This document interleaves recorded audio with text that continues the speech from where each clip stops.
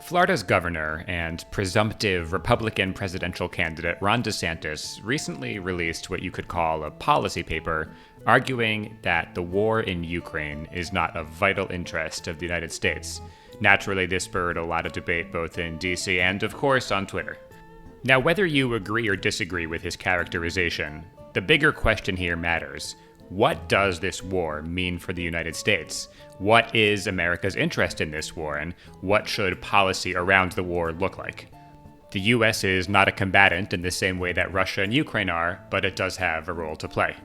My goal for this episode is to leave you, listener, with an a la carte menu of policy options and worldviews about what this war means for the United States. There's not a right answer here, but I hope it will give you something to think about, maybe talk about with friends and family. Joining us today is Stephen Wertheim, a senior fellow in the American Statecraft program at the Carnegie Endowment for International Peace. He is a historian of U.S. foreign policy and an analyst of contemporary problems in American grand strategy. He's also the author of Tomorrow the World, The Birth of U.S. Global Supremacy. He talked about it a little bit in the episode, and I'm going to include a link to the book in the description. All that said, let's jump in. Stephen, welcome to the Bear Market Brief. Great to have you with us today. Great to be here. Thanks. So let's start with a quick intro of yourself. Tell us a little bit about your current research interests. What's keeping you busy these days? A lot of things. I'm a historian by training, so I did a PhD in history at Columbia. I got that degree in 2015, I think, though it might have been 2016. That's how long ago this was and how fuzzy a memory it is. Maybe a traumatic experience. Since then, I've gone on to do more work in the policy space and public writing space. I write a lot on a range of topics in U.S. grand strategy. I should probably say I wrote my dissertation turned book, which is called Tomorrow the World, on how the United States made a decision to be the dominant political military power, which is a decision that I trace to about 18 months between the fall of France in the middle of 1940 and the attack on Pearl Harbor. And that's obviously had an influence in shaping how I think about the U.S. role in the world. So, from there, I do a lot of different analysis of, concepts that inform U.S. foreign policy. And I've had a hand in trying to promote a agenda of military restraint as well as diplomatic engagement for the United States going forward, based on what I think the United States should have done after the end of the Cold War, and also I think all the more so now that we face a more contested world. I will include a link to that book in the episode description. I'm excited to read it myself. You talk about concepts in foreign policy, how the U.S. can conceive of its interests. And that is the topic of today's episode, one that I think is particularly newsworthy. So we have a fun exercise, certainly fun for me, hope fun for you too, and hope fun for you listeners. We're going to frame this as though it's maybe the beginning or the first couple months of the Ukraine war. And we're brought in before President Biden, who doesn't know what's going on. He says, "Come on, Putin, this is malarkey.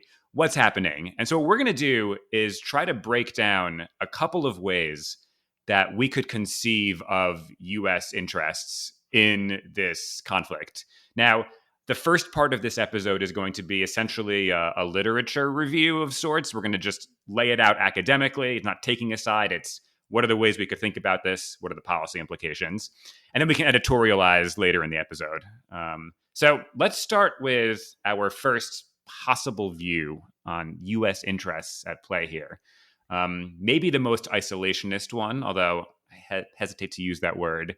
But the and you view should that, hesitate to use that word. because you could still theoretically engage in this scenario. But the view here is that this war does not matter to the U.S. at all. How would you argue that if that was your view on this? Yeah, so I think that I wouldn't want to say necessarily that this view would commit you to the idea that the war doesn't matter at all, or that you wouldn't have even potentially strong feelings about what you'd like to see happen in the war. But I think the essence of this position would be that the United States has no really strong interests in the war in Ukraine. U.S. security and prosperity doesn't rise or fall on what happens in Ukraine and who controls the territory of Ukraine or its external orientation.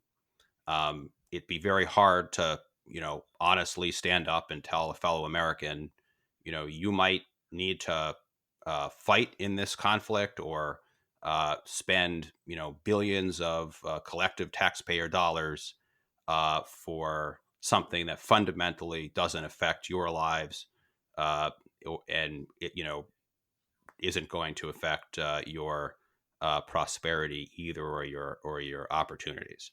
Um, why is this the case? The United States doesn't have a strong economic relationship with Ukraine. Ukraine is geographically extremely distant from the United States. Ukraine isn't in NATO. The United States has never made a commitment to defend Ukraine. Therefore, its credibility really isn't on the line. We have to make a distinction between NATO countries or treaty allies and those countries that we have not committed to. Otherwise, the United States is simply policing the world. And so I think, this position would boil down to the United States shouldn't be the policeman of the world. I thought we learned that from the post 9/11 wars. And that's true even when we might sympathize strongly with one side in a conflict. I think this case might also argue, and I should be clear, I'm just trying to present um, the position. I'm not speaking for myself here, or I'm not necessarily speaking for myself. We'll get to that part later, I assume. But this position might also note that if the United States takes the lead in providing support for Ukraine, it may get in the way of Europe from stepping up, giving the Europeans little incentive to, first of all, provide support for Ukraine in this conflict, but secondly, build up their own defenses to relieve burdens on the United States. So, I mean, there's a lot of different policy directions that you could take, even in this scenario. What might policy look like if we were viewing the world or viewing the conflict that way? Well, one option would be to, simply not aid Ukraine to a significant degree, maybe take humanitarian measures uh, that don't involve military assistance. So it could be economic assistance. It could be helping with the resettlement of refugees. It could be maybe playing a coordinating role with the Europeans. It could be trying to offer the diplomatic offices of the United States to the parties in the conflict in the hopes of ending the conflict more quickly. It could also involve being more able to um, separate the interests of Kyiv from those of the United States than if the United States started taking a strong interest in Ukraine's position in the war. I think one of the advantages of this position, the reason why I think it appeals to some people who hold it, is, it's the kind of the only guarantee of avoiding the truly unacceptable outcome for the United States, which would be getting dragged into a shooting war with Russia over Ukraine, or potentially escalation to the nuclear level. It would avoid an open-ended commitment, because it's very hard, if we're sitting in the first couple months of the war, to have any sense of where the war is going and what exactly would satisfy the United States and cause it to stop supporting Ukraine. So there's kind of an open-ended nature of a commitment that the United States would make, and then one can consider, the opportunity costs with respect to China or needs at home. Any risks and downsides? I wonder if in this world the U.S. said we're not going to do anything. Does that mean it's open season for countries grabbing territory from other countries? I wouldn't say open season, but there's certainly a risk that under commitment by the United States could embolden Russia in particular, but potentially also China, to believe that it could launch similar wars, aggressive wars, to conquer territory and not face repercussions from the United States, at least in a military sense. I should have also mentioned that it's possible that sanctions could still be imposed on Russia, even if one takes the view that U.S. interests are quite limited. So that could be some deterrent for a state like Russia. But I think the most um, concrete risk would be that Russia could succeed in the war. It could overthrow Kiev.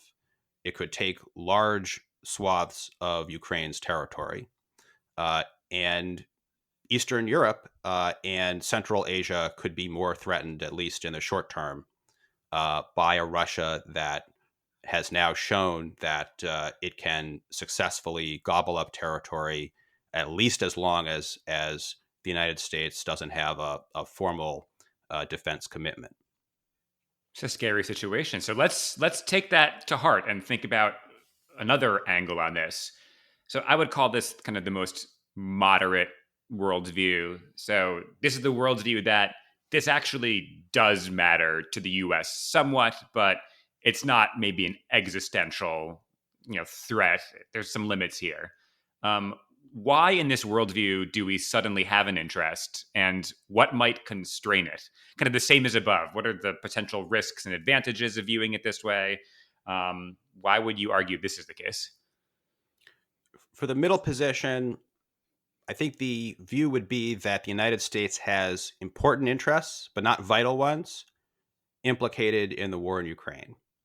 One interest is that it would be better to keep Russian forces away from NATO countries, as well as non-NATO countries like Moldova, that Russia could threaten if it were able to consolidate control over Ukraine.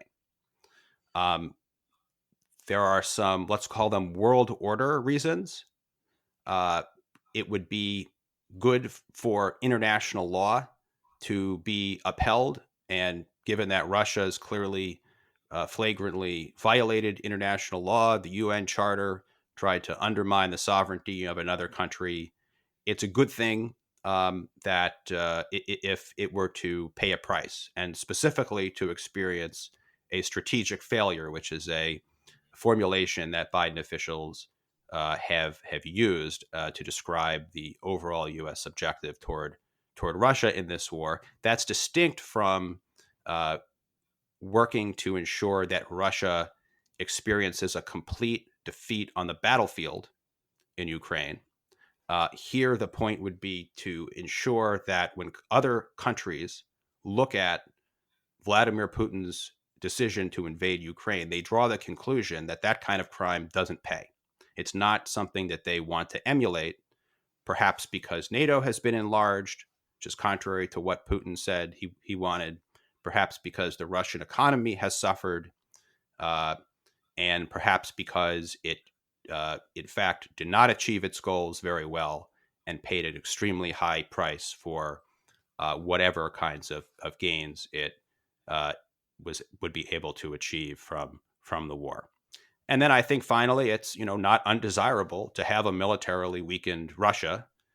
So there's maybe a kind of opportunity perceived here to degrade the Russian military, and that in turn will keep the threat that Russia poses outside its borders lower for some period of time. I also think, that there are important humanitarian and justice considerations that inform a lot of Americans when they look at this conflict. And foreign policy eggheads tend to speak in terms of interests, but I think this is an important part of the story. I think Americans see that Ukraine has been victim to an unprovoked invasion.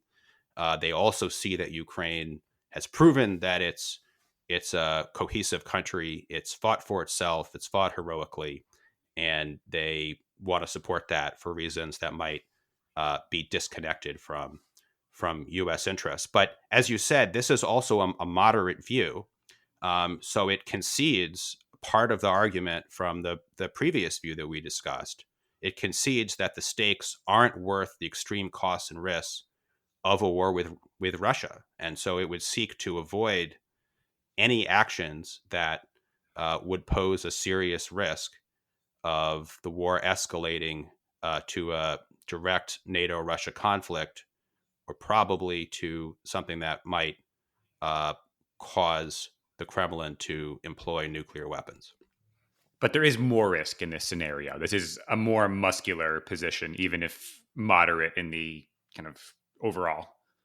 Correct. And so, one of the problems, since we're dealing with a middle ground position, like one of the questions is which direction does one shade to? How risk acceptant does one want to be to realize interests that are deemed important but not vital? It's a good question. I think we'll hash that out more when we get to the editorialization to come. So hold your horses, listeners. We'll get there. The last argument, the existential, order defining, the entire credibility of the United States as a country is at stake. I think this was echoed by folks early in the war arguing that we need to impose a no-fly zone to be really, really muscular. I think I just maybe suggested one of the reasons someone might argue that. But yeah, what would that worldview be based on? How would you go about arguing that's the case? I think you nailed it. I think this is this conflict will define the future of the world because international order depends on what happens in Ukraine. What is international order, just for listeners who might not be familiar? Well, I'm still trying to figure that out myself, but it would have the view that either U.S. leadership in the world or international laws, norms, and institutions hold the world together and prevent it from spiraling into chaos and mass conquest. So I think the domino theory is a relevant metaphor to invoke here. The idea would be that if Russia wins the war, or maybe even comes away with any territorial gains, then that has shown that international law or U.S. leadership has failed and will embolden other countries to take similar actions to Vladimir Putin's, and will certainly embolden Putin himself. Now, this view might also be accompanied by an assessment of the Russian threat as being severe, that Russia has intentions to push as far as it can territorially, and perhaps it could acquire the capability to succeed in rampaging across Europe if the United States steps back and the Europeans can't defend themselves. This view also, in practice, I think often comes accompanied with an assessment that the escalation risks of direct U.S. intervention or a total Ukrainian victory, that to include reconquering Crimea, are low. Vladimir Putin is bluffing when he threatens to use nuclear weapons, for example. This is not an existential war for Russia, even if it clearly means a lot to Vladimir Putin. And so there's not a really strong downside in backing Ukraine to the hilt. But there are ostensibly more risks here. Yes, Russian territory has been hit during this war in Russia proper, and I don't even mean Crimea, I mean within Russia. That happens when you start a war, but there is a risk here that this could lead to a shooting war, yes? So I think people with this position, who you listeners have probably figured out it's not me, would have to concede that yes, there are escalation risks, but they're worth it because at the end of the day, the very basic order in the world depends on defeating Russia here. So you talked about where you stand here, and now we can raise the veil here. I think we did that fairly non-biasedly, so we can both pat ourselves on the back here. You're my best. The argument part, though. So without necessarily getting into our views directly yet, but which one do you think the Biden administration in reality right now, a year and a bit into the war, which view describes what the Biden administration has of this war? I think the Biden administration is clearly in the middle camp. Not surprising for policymakers. They tend to be in the middle camp of things. Um, the Biden administration has avoided saying that victory in Ukraine is a vital U.S. national interest. President Biden took the use of force off the table even before the conflict began, but as the U.S. intelligence community had come to the conclusion that the war was likely to occur. So essentially, he has made very clear that actions that would pose a high risk of escalating the war to a direct U.S. or NATO conflict with Russia are actions he refuses to take. So that shows that he rejects the very strong version of the argument that international order and U.S. security and prosperity depend on what happens in Ukraine. On the other hand, obviously, the administration has been quite forward leaning in supporting Ukraine through weapons, billions of dollars in the provision of weapons and military assistance, as well as economic support, rallying an international coalition, sanctioning Russia to a degree that surprised many people, including myself. And, I think there's a good question to be asked as well as we move from the early stages of the war to where we are today about whether we're seeing mission creep in the war, exactly how clear the U.S. objectives are toward the war. Have they gotten more expansive over time?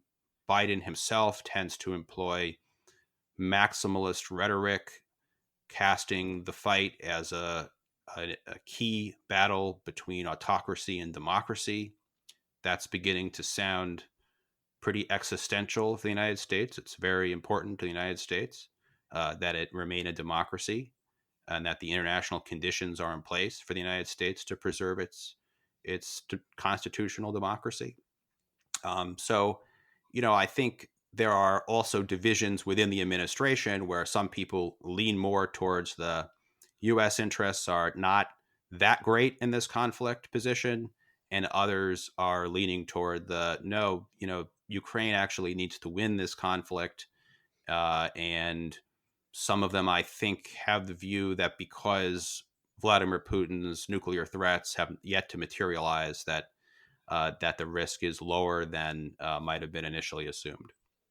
So, not to wade into another debate about primary educational policy and letter grades and report cards, let's just say that letter grades are very reductive, but we need to evaluate how Biden has done. So, what does he get points for, in your view, and fully editorializing here?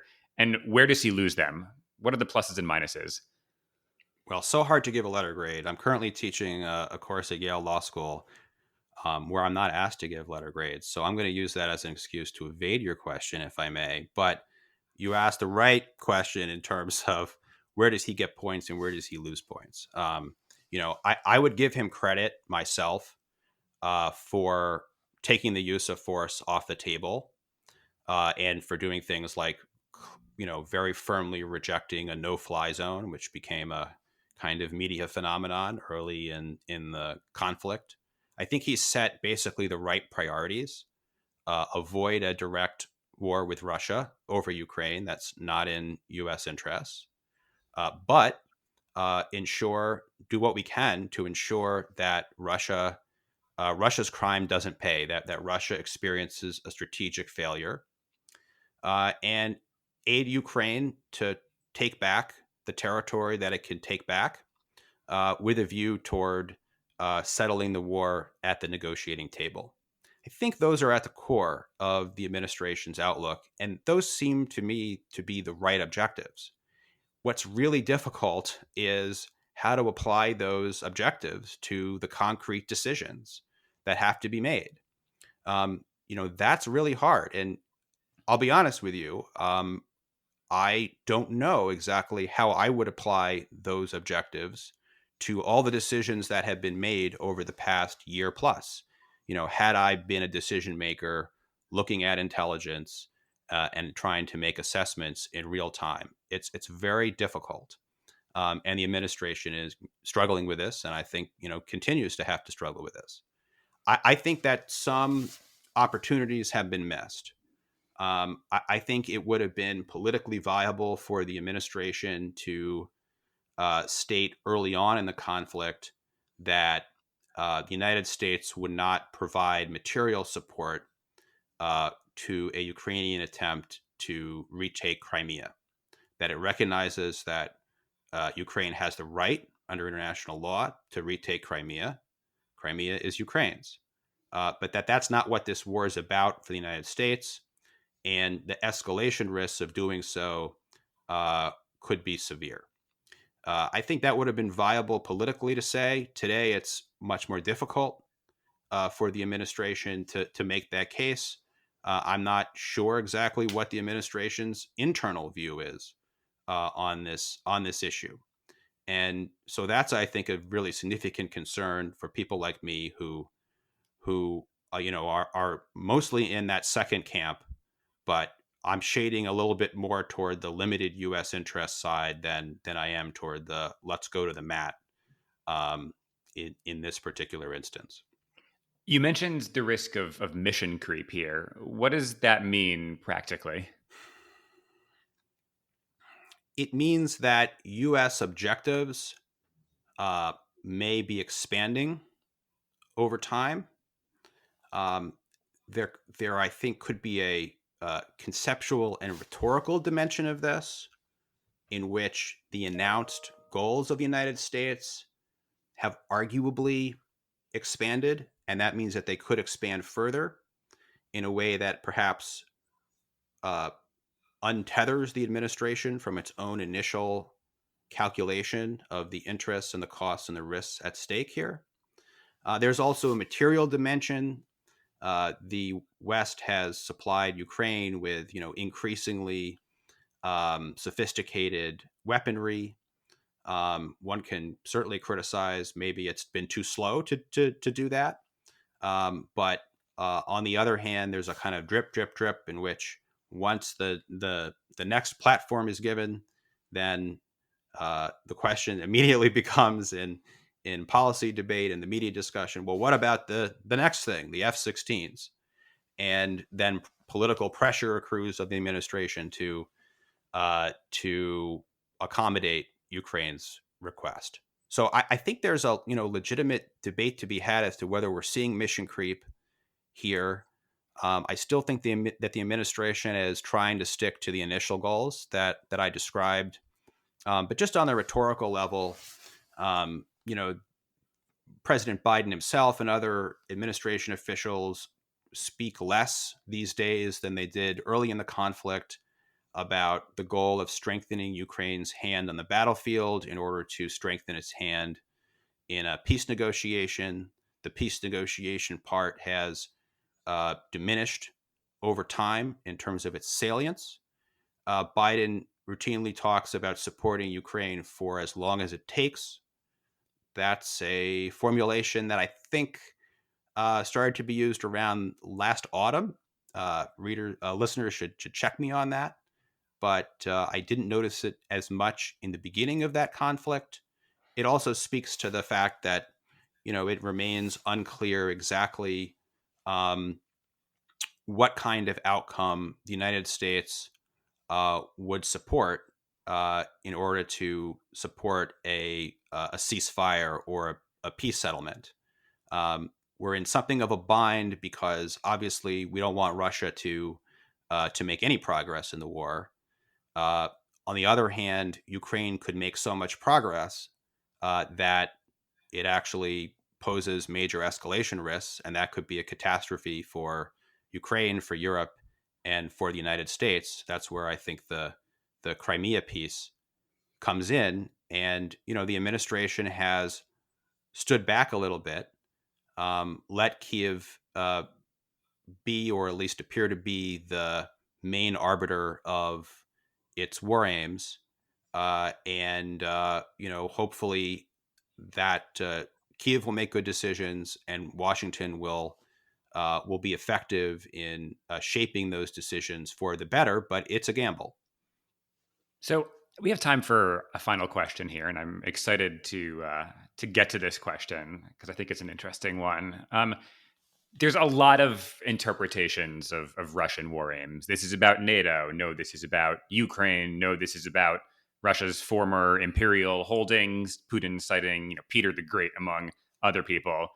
But from America's angle, yes, this is about Ukraine, but I think there's an argument to be made that it's also about Europe and European security and the place America has in Europe's security architecture, which matters to Russia too, I think is safe to say, not a very spicy points to make.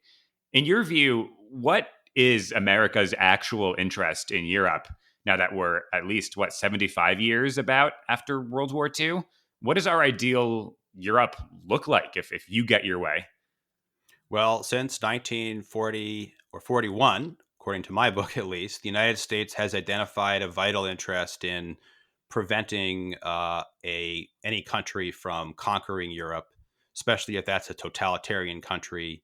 It would shut the United States out of important marketplaces, and pose a long-term danger of a powerful rival perhaps encroaching upon the Western Hemisphere.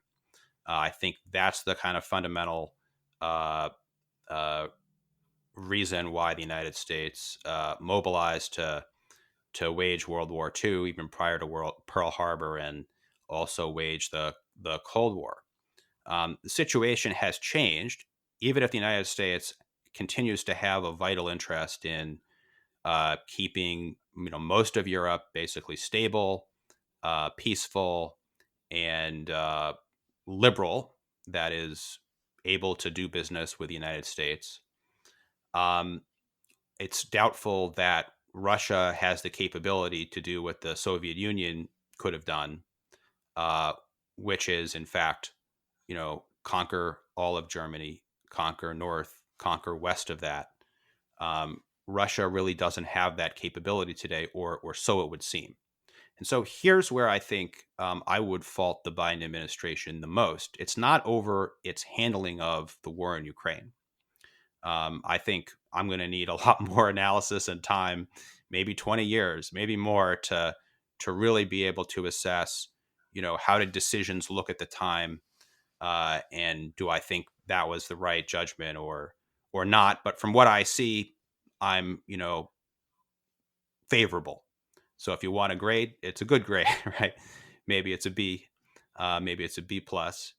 These days with grade inflation, I don't even know what that means anymore. Yeah. But where I'm more critical is that, I think it's outdated for the United States to put itself in the position of being the security guarantor of essentially all the countries in Europe, especially given Russia's very limited capabilities in the military realm, which have frankly only been reinforced by its surprisingly poor performance in Ukraine.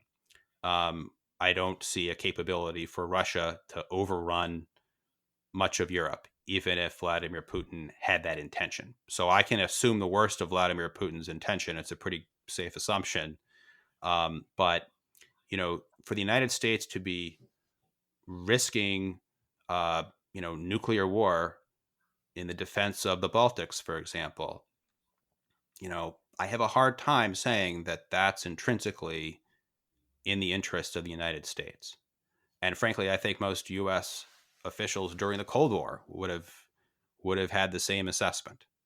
So I think what's happened is that the United States, because it thought that it would get along with Russia and it wouldn't actually have to make good on its defense commitments, decided to expand NATO, champion the expansion of NATO, and entrench itself as the leading European security provider over the last 3 decades. But now we need a course correction. It's not just because the United States has a more serious competitor in Asia, namely China, to contend with, and many needs at home, but also because the risks it's running in Europe are actually out of step with what's of intrinsic importance to the United States. So I think the Biden administration actually has an opportunity with this war to shape Europe's geopolitical awakening, to say, look, the United States will support Ukraine. We're essential right now to sustaining the Ukrainian war effort. And so we'll meet that responsibility. But to be perfectly honest, you cannot count on us to, potentially trade Boston for Tallinn. And you should stop making that gamble.